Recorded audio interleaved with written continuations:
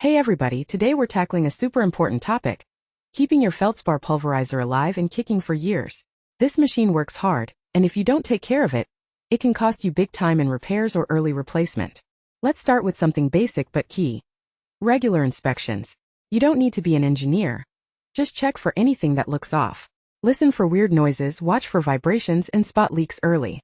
Catching a tiny problem now can prevent a massive breakdown later. Next up, lubrication. Seriously, a well-oiled machine is a happy one.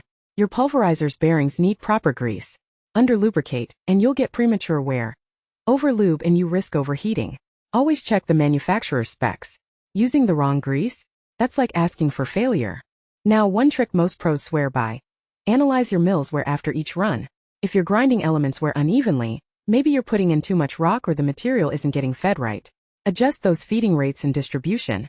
A balanced load improves stone-to-metal contact, resulting in better output while protecting metal parts. Ever thought about moisture?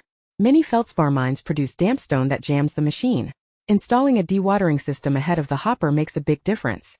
Just that simple ventilation change can slice moisture damage in materials or sleeves. No sticky problems always pays off. Cleaning dust accumulation ensures vulnerable components like loose fasteners remain airtight. A failed seal around closure magnifies grit intake more likely, causing accelerated surface erosion from abrasive slurry, combined insufficient additive phase. Scheduled replacement shouldn't be the future here. Beyond mind the pulverator itself, but be impartial until bearings corrode.